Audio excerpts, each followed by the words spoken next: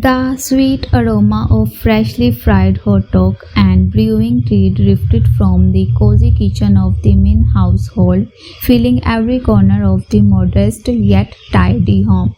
21-year-old Wayan Min, wearing a simple white cotton outfit with her hair tied in two neat braids, grabbed a hot plate from the kitchen and ran quickly toward the living room. Her face held a streaking innocence and her eyes sparkled with lively energy.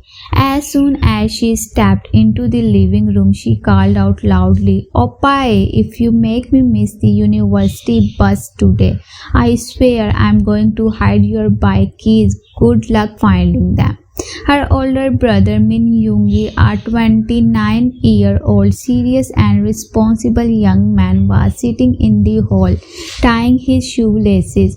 He simply shook his head and offered a small smile. "Your threats are getting old, Wayan," Yoongi said smoothly, "and you might want to call your best friend. She's been standing outside leaning on her scooter horn for the last 10 minutes.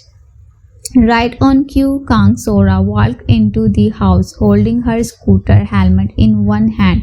Sora was Wayan's best friend, bouncy, sharp-tongued, and effortlessly modern. Catching sight of Yoongi, she immediately started speaking at top speed. "Good morning, Yoongi Oppa. Your pampered little sister isn't just slow. She is glacially slow. If we are late on the very first day of semester, Professor Park is going to make us stand outside the lecture hall all day." Yoongi flushed slightly under Sora's lively gaze, suppressing a smile as he replied, "You are right, Sora.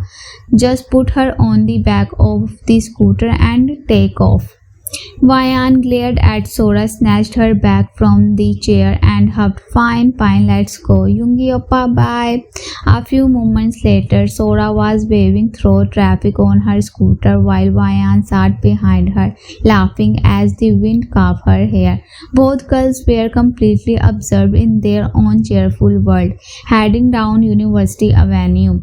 Suddenly, the eerie quiet settled over the main road. From the distance, three heavily tinted high-end black Land Cruisers and two heavy escort bikes barreled down the street at terrifying speed. The surrounding traffic hurriedly pulled over, desperate to get off the way. Panicking, Wayan yanked at Sora's shoulder. Sora, pull over. Look at how crazy these people are driving." Sora frantically tried to steer the scooter to the curb, but just as she did, the lead black vehicle cut a sharp, dangerous turn right beside them. The scooter lost its balance, sending both Sora and Wayan tumbling off into the dirt at the side of the road. Wayan scraped her knees and hands, her books and bags scattering across the pavement. As luck would have it, the three vehicles came to a sudden halt at the upcoming signal while the security protocol cleared the path ahead. Furious and in pain, Wayan stood up, brushing the dirt off of her clothes. "Who do these rude people think they are? Spoiled little rich kids. They don't care about anyone's safety." Sora, trembling with fear, grabbed Wayan's arm and pleaded, "Wayan, please just be quiet. Don't you see those custom license plates? These aren't normal people." But Wayan was far too angry to listen. Normal or not, someone needs to teach them some manners. She marched straight toward the middle Land Cruiser, its window completely blacked out. Sora screamed after her to stop, but Wayan ignored her completely. Reaching the vehicle, she slammed her hand against the rear window and shouted, "Get out! Step out right now, whoever you are. If you don't know how to drive, stay home." The heavy rear door swung open slowly. First came a sleek, polished black leather designer shoe, followed by a tall, muscular frame wrapped in a tailored dark gray three-piece suit. It was 28-year-old Jungkook, lithely handsome, carrying an icy chill in his dark eyes. His expression was utterly unreadable. The moment he stepped out, his armed bodyguard snapped into high alert and moved to grab Wayan. But Jungkook raised a single hand, stopping them instantly. Jungkook spoke in a deep, cold, authoritative voice, his piercing eyes looking onto Wayan's face as if staring at a minor noises. You have a loud mouth, little girl. Wayan shivered internally under the sheer force of his gaze, but she forced herself to stand her ground. And you have a complete lack of basic sense and manners.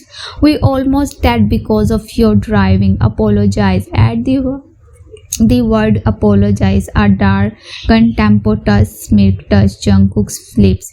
He took a slow step closer to Wayan, the atmosphere instantly heavy with intimidation. Leaning down near her ear, his voice dropped to a sinister whisper.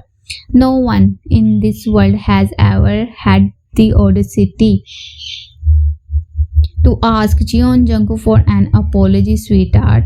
He murmured softly, and as for dying, even if you had ended up under my tires, your family's entire life savings wouldn't cover the cost of cleaning the dirt off my wheels. Wayan stared at him, reddened, speechlessly, numb by shock and rage. Jungkook stepped back calmly, buttoned his suit jacket and climbed back into the vehicle without giving her another glance. The convoy accelerated violently, leaving a cloud of dust lingering in the air right in front of her face.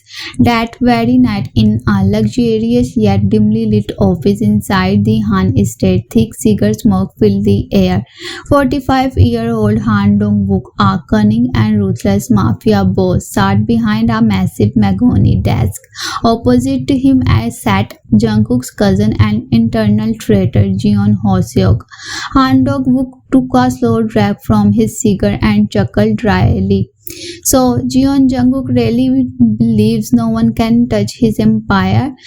Hoseok replied, his voice laced with bitter jealousy. He thinks he's a god, Mr. Han, but he forgets that the deadliest blade is the one behind his back. I have the exact details for his new shipment routes. We just need one major strike to shatter his pride into dust. Han Dong-wook let out a dark laugh. Very well, Hoseok will trigger a blast so massive that Jungkook won't know how to pick up the pieces, and will start by striking the people around him. Meanwhile, back at the main house, Wayan sat on her bed, wrapping a bandage around her scraped knee, yet her mind remained hopelessly trapped by the event on the road and the icy, terrifying gaze of that man, Jungkook. She muttered to herself. He spoke his name like he is some kind of king. He's not a human being. He's made of stone. I hope I never run into him ever again. The innocent girl had no idea that the threads of fate were already tying her to that very stone-hearted man, and that their bitter encounter was merely the beginning of a storm that would soon tear her entire life apart. The next morning at university, Wayan couldn't focus on her studies at all. She kept glancing down at the bandage wrapped around her hand, while the image of Jungkook's arrogant face and haunting chill of his whispered words continued to echo in her mind. After class, Sora set a hot cup of tea in front of her at the campus cafeteria and gave her shoulder a gentle shake. Wayan, where is your mind today? Ever since yesterday, your brain has been stuck on that road. For heaven's sakes, forgot about that incident. Those people are dangerous. Wayan let out a deep sigh, picking up her tea. I want to forget it, Sora, but that man's sheer arrogance. It felt as though he didn't even view us as human beings, just dirt beneath his shoe. Anyway, forgot it. What was Oppa talking about this morning? At the mention of Yoongi, Sora's cheek flushed a soft shade of pink. Averting her eyes, she stammered, "Oh, nothing much. He was just saying that Mr. Min's health hasn't been great lately, so he's been helping out more with the family business, by the way. Yoongi Oppa worries about you a lot." Wayan carved the shy smile Sora was trying so hard to hide. Forgetting her own troubles for a moment, she began to tease her. "Is that so? Does he only worry about me, or is there someone else on his mind too?" Blushing, Sora nudged her playfully, and their shared laughter brightened the room. Meanwhile, on the other side of the city, inside the grand regional main hall of the Jeon estate, a completely different world unfolded. Jeon Jungkook stood before a large glass table reviewing business analytics on his tablet when his 20-year-old younger sister Jeon Yeri walked in with a lively smile. Yeri was the light of Jungkook's life, the only person in the entire world who could speak and laugh freely around him. "Oppa, you spend 24 hours a day buried in those files and business deals," Yeri complained playfully, resting her hand on his shoulder. "Can't you ever make a little time for your adorable little sister?" A subtle, almost faint smile softened Jungkook's stern features. Setting the tablet aside, he placed a hand gently on her head. I do all of this just to fulfill your endless demands. Yeri, tell me, what do you want today?" Before Yeri could reply, Jun Hoseok stepped into the hall. He wore his usual smooth, dutiful smile, but beneath his eyes burned a deep jealousy of Jungkook's absolute power. "Jungkook," Hoseok said, taking a seat on the couch. "A message came in from Han Dong-wook. He claims he wants a cut of the new shipment routes at the harbor. Otherwise, he won't let our containers clear customs." Jungkook's expression instantly hardened, the icy coldness returning to his dark eyes. Adjusting the cufflinks on his suit jacket, he spoke in a low, razor-sharp voice. "Han Dong-wook seemed to have forgotten his place. Tell him that Jeon Jungkook doesn't hand out an inch of his empire as charity. If he tries to stand in my way, his existence will be wiped clean from the map of this city." Hoseok nodded dutifully, but a malicious wave of satisfaction swelled in his heart. He knew that Jungkook's pride was precisely what would trap him in the web Han Dong-wook was spinning. Later that evening, Min Yoongi was riding his bike back from the market when he noticed a group of suspicious men standing at the corner of their street, staring intently toward their house. Yoongi brought his bike to a stop and walked over to them. "Excuse me, can I help you with something?" One of the men seized Yoongi up from head to toe before walking away without saying a word. An uneasy feeling settled deep in Yoongi's chest. He hurried inside where Wayan and their mother were preparing dinner in the kitchen. Yoongi pulled Wayan aside privately. "Wayan, what really happened on the road to university yesterday?" Sora was terrified, and I noticed something strange near the market today. Not wanting to worry her brother, Wayan brushed it off with a laugh. "It was nothing, Oppa. Our scooter just grazed some rich guy's car. We had small argument and that was it. Why are you getting so worked up?" Yoongi gently placed a hand on her head, his eyes filled with concern. "I don't know, Wayan. My gut is telling me something isn't right. From now on, you'll take the university bus every day. No more riding on the back of a Sora scooter." Wayan nodded obediently, respecting her brother's decision, but she had no idea that their enemies' eyes were no longer fixed solely on Jeon Jungkook but on her mother's family as well. Han Dong-wook had chosen his first pawn to strike at Jungkook, and Yoongi and Wayan's family were carved directly in the line of the fire. An unusual heavy tension hung in the air of the Min household today. Yoongi's had planted a strange, nameless fear in Mayan's heart. But she busied herself clearing dishes in the kitchen, masking her anxiety behind her usual smile in the bedroom. Mr. Min lay resting, coughing continuously, adding to the family's mounting worries. Wayan, come here for a second, Yoongi called from the hall holding his bike keys. I'm heading out to the market to pick up Dad's medicine and drop Sora off at her home. Make sure you lock the door from the inside. Wayan stepped out of the kitchen and saw Sora sitting on the sofa, still looking quite uneasy. Giving Sora's hand a reassuring squeeze, Wayan turned to her brother. Don't worry, Oppa, I'll lock up and Sora, don't make sure you text me the moment you get home. Sora nodded with a faint smile and followed Yoongi outside. The moment she settled onto the back of the bike, Sora spotted the same suspicious black car parked at the street corner, the one that had been circling their neighborhood for the past 2 days. She tapped Yoongi lightly on the shoulder. Yoongi, Oppa, do you see that car? Those people don't look normal. I'm scared. Would this have something to do with what happened on the road yesterday?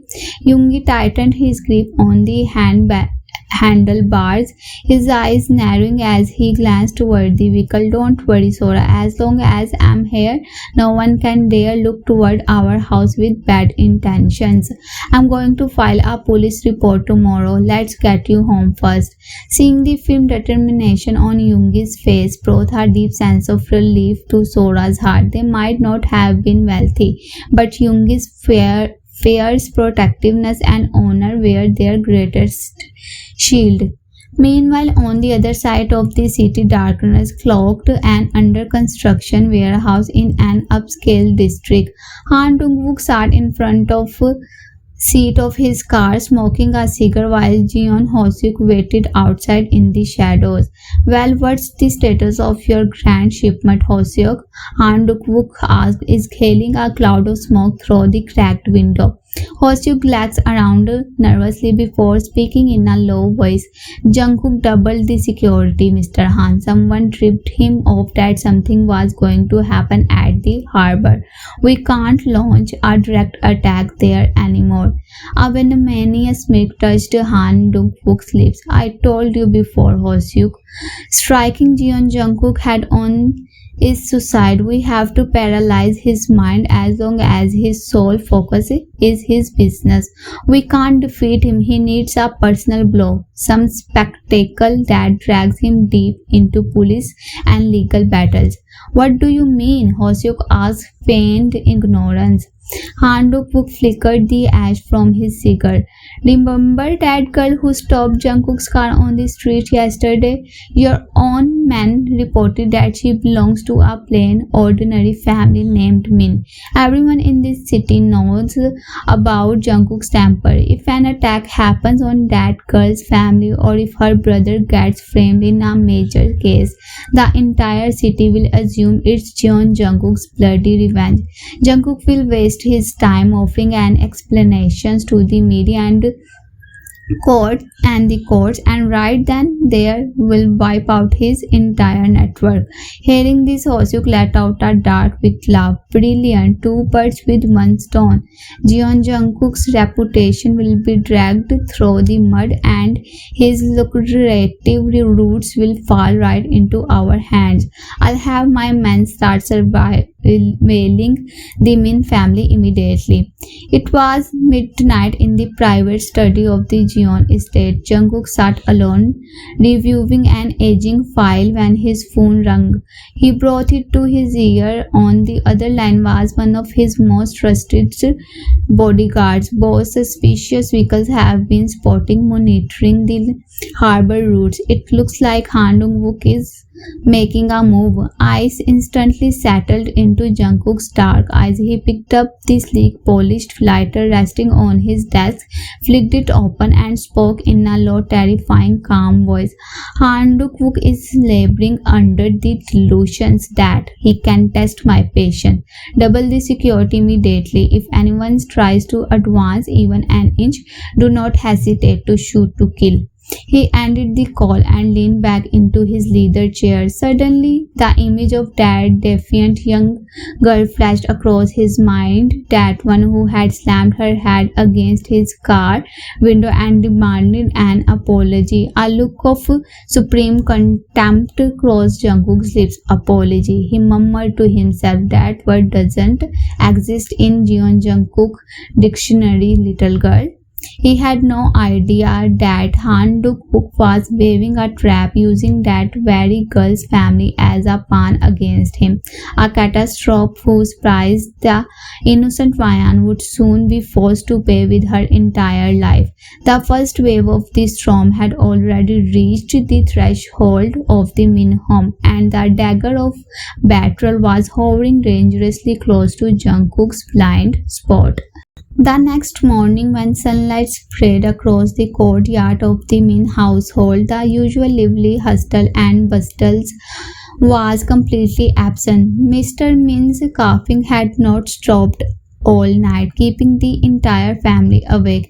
Exhaustion was clearly written across Yoongi's face, but he fought back his fatigue as he prepared to take his father to the city hospital. Wayan, I'm taking Dad to the central hospital, Yoongi said, rolling up his shirt sleeves. The doctor wrote down a few tests, so I might be late coming back. Don't step outside the house and tell Sora to go to the university alone today. Wayan stroked her father's forehead gently, then took Yoongi's hand, speaking softly. Don't worry, Oppa. I'll pray for Dad. Just focus on getting him to a good doctor. And do you have enough money with you? Yoongi touched Wayan's cheek with a faint, reassuring smile. Yes, my dear, I have enough. Just lock the door tightly from the inside. Yoongi helped his father out the front door, and Wayan closed the heavy iron gate behind them. Sliding the bolt shut with a heavy heart, she had no idea that her brother's steps were leading him not just toward hospital, but directly into a massive death trap laid by Han Dong-wook. Meanwhile, in the grand dining hall of the Jeon estate, a lavish breakfast spread was set out. Jeon Jungkook sat quietly holding a teacup as he skimmed through the morning newspaper, while Jeon Yeri sat opposite him, chatting away continuously. Oppa, are you even listening to me? Yeri pouted. Hoseok and I are going shopping next week. Please tell your bodyguards not to over us like shadows. It's so annoying. Jungkook lowered the newspaper and looked at Yeri. His dark eyes held their usual fierce protective instinct, though his tone remained firm. The bodyguards are there for your security, Yeri. The situation in this city is unstable right now, and I refuse to take any risks. And tell Hoseok to focus on his work within his boundaries. He seems far more occupied with outside errands than actual business lately. At that precise moment, Jeon Hoseok walked into the hall, catching the tail end of Jungkook's sentence. A fresh wave of resentment flared deep within him, but he instantly forced a submissive smile onto his face. Good morning, Jungkook, Hoseok said, taking a seat on the couch. I was just handling some new clients for Jeon Industries, which is why I've been a bit busy.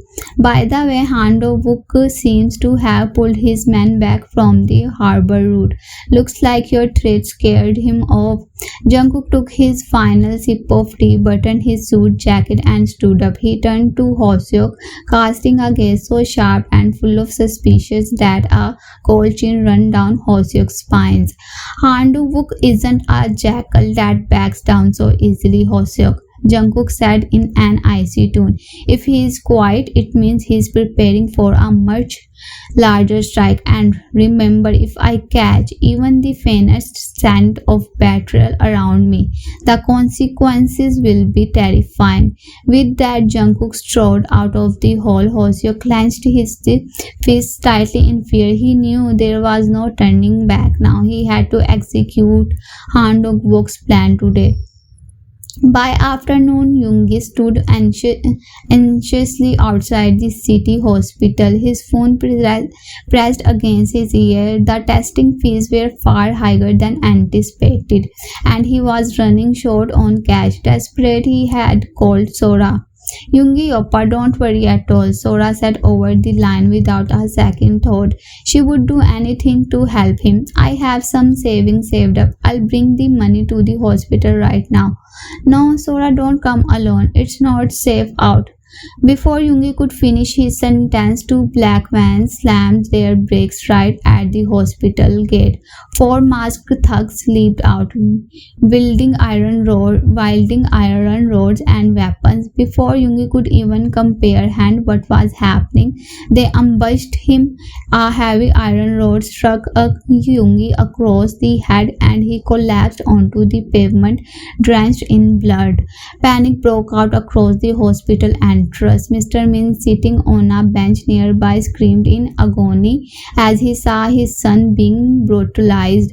When he tried to crawl forward, one of the thugs shoved him violently, causing him to hit his chest hard against the iron railing along the curb.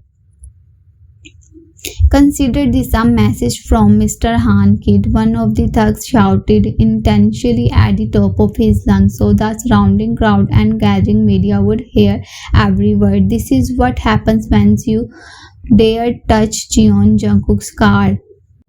Leaving Yoongi half dead on the asphalt, the attacker sped off into the chaotic traffic. The phone lay shattered on the ground. Sora hysterically screamed, still echoing weakly through the speaker. Yoongi Oppa, answer me please. Back at the Min house, Mayan's heart suddenly gave a violent shudder. The glass of water she was holding slipped from her hands, shattering into 100 pieces across the floor. Tears welled up in her eyes from an overwhelming instinctual dread. The darkest stroke of the fate had landed. Han Dong-wook's trap had worked flawlessly, and the darkest chapter of innocent Mayan's life was about to begin, a nightmare from which there would be no turning back. The chaotic crowd gathered outside the city hospital had devolved into screams and panic. On the pavement, Yoongi's shattered phone screen flashed continuously with the name Sora, but there was no one left to answer it. Yoongi lay semi-conscious in a pool of his own blood, and just a few yards away, his elderly father, Mr. Min, clutched his chest in agony. The double impact of striking the iron railing and watching his son brutally attacked had caused his fragile heart to fail. Sora, who was leaving the university campus, had panicked completely after hearing the commotion and the thugs' roars over the line. She flagged down a taxi, sobbing frantically as she begged the driver to race to the central hospital, her entire body shook with terror. Meanwhile, back in the quiet living room of the Min household, Mayan stood frozen beside the broken glass on the floor. An overwhelming instinctive dread seized her soul. With trembling hands, she glanced at the clock on the wall. It was 5 in the morning. In the evening, there had been no phone call from her brother, nor any news regarding her father's condition. Unable to endure the agonizing suspense any longer, Wayan wrapped a shawl around herself and pulled open the heavy front gate. Standing right outside was Sora. Sora's hair was disheveled, her eyes swollen from crying, and deep blood stains smeared her clothes. Sora, Wayan's voice barely rasped out of her throat. What is this? Why are you crying? Where's our Oppa and Dad? Sora broke down entirely, throwing her arms around Wayan in a desperate embrace. Wayan, those thugs outside the hospital, they beat Yoongi Oppa so badly, and Uncle Sora's throat choked up. She couldn't bring herself to say the words. The ground seemed to pull away from beneath Wayan's feet, shoving Sora aside. She ran like a mad woman toward the main road, with Sora chasing closely behind. When they burst into the emergency ward of the central hospital, the scene waiting inside was enough to shatter Vian falls into pieces. On one stretcher, Yungi lay bound in a heavy bandages, hooked up to an oxygen mask as he fought for his life. On the bed right next to him, a stark white sheet had been drawn completely over Mr. Min's body. He was gone. Dad! A horrific gut-wrenching scream tore from Vian's throat, bringing tears to the eyes of everyone in the ward. Pulling back the white sheet, she threw herself onto her father's lifeless chest. Dad, open your eyes. Look, your Yan is here. Dad, wake Oppa up. Don't leave us. But only silence answered her, a heavy, suffocating silence that shallowed the last remnants of Mayan's innocence forever.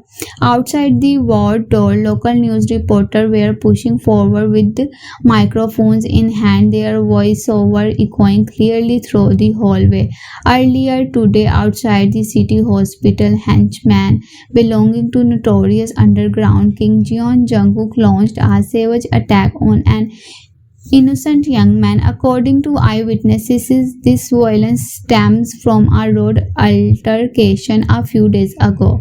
Hearing the name Jeon Jungkook, Hwayan's tears froze instantly. She lifted her head from her father's face. The raw grief in her bloodshot eyes burned away, replaced by a terrifying, dangerous wave of shock and hatred. The image of that cold-hearted man standing on the road flashed in her mind, and his sinister words echoed loudly in her ears.